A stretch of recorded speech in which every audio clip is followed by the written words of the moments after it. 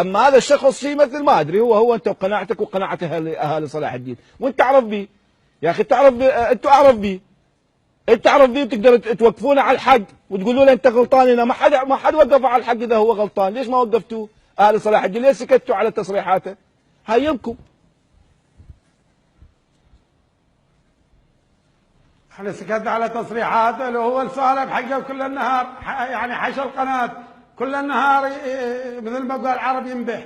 هذا اليوم صاحب مشروع، يعني ما يكفينا حرب طائفيه، حرب اليوم شعلة الاخضر واليابس، يريد النوب يقول بنداها الى حرب اسوأ. هل تعلم الحرب العشائريه اسوأ من الحرب الطائفيه؟ اسوأ من الحرب الطائفيه. ما هذا اليوم شوف سنوات وهو قاعد بالقناه مالته ويعلم المجرمين شلون يصنعون ويذبحون الشيعه، يسميهم الصفويين. سنين قتل من الناس ب 2004 و2005 يعلم. طبعا هو ما عنده مراجل يجي يقتل، هو دائما يعني يتمرغل الدم المشاتيل. اليوم يجي والله بمال سبايكر على اساس هو اكتشف الذره. ما هم داعش طلعوا الفيلم وقالوا احنا ذبحنا سبايكر ويعتبروه منجز من منجزاتهم، لكن هو يقدر يقول اتحداه من خلال قناتكم، يقدر يقول أنا أريد أفتح تحقيق ويا الضباط اللي الجنود بحمايتهم وبأمرتهم ليش سلموهم إلى داعش. ما يقدر يجيب طالب ضباط حتى بينه وبين أهله، لأنه هذا مو رجل، لكن يريد ينظف نفسه قدام الشيعة، يريد يقول أنا اكتشف. هو اللي اكتشف، ما هي قبل بشهرين هي طلعوا داعش قالوا إحنا قتلنا دولة.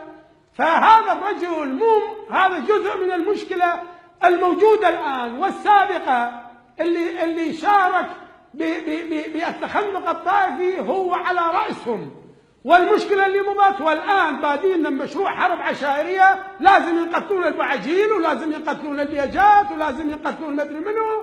نبلش بالناس العشيرة الفلانية والفلانية. بالله عليك هذا تاخذه وتودي على العبادي، هذا مو ينقص العبادي، هذا إذا يروح على العبادي نكسر العبادي، لأن العبادي قلش رجل وقف بوجه المالكي اللي كان مشحان جعل من نفسه مداس المالكي.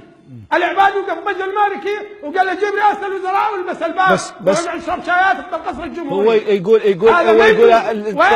بس هو يطلع يا اخوي الدليمي مثلا اكو ناس يا دكتور، هو يطلع يقول اهالي صلاح الدين انتخبوني ووصلوني وبالتعويض، وهذا هو يطلع هو يقولها، انت ما سامعه؟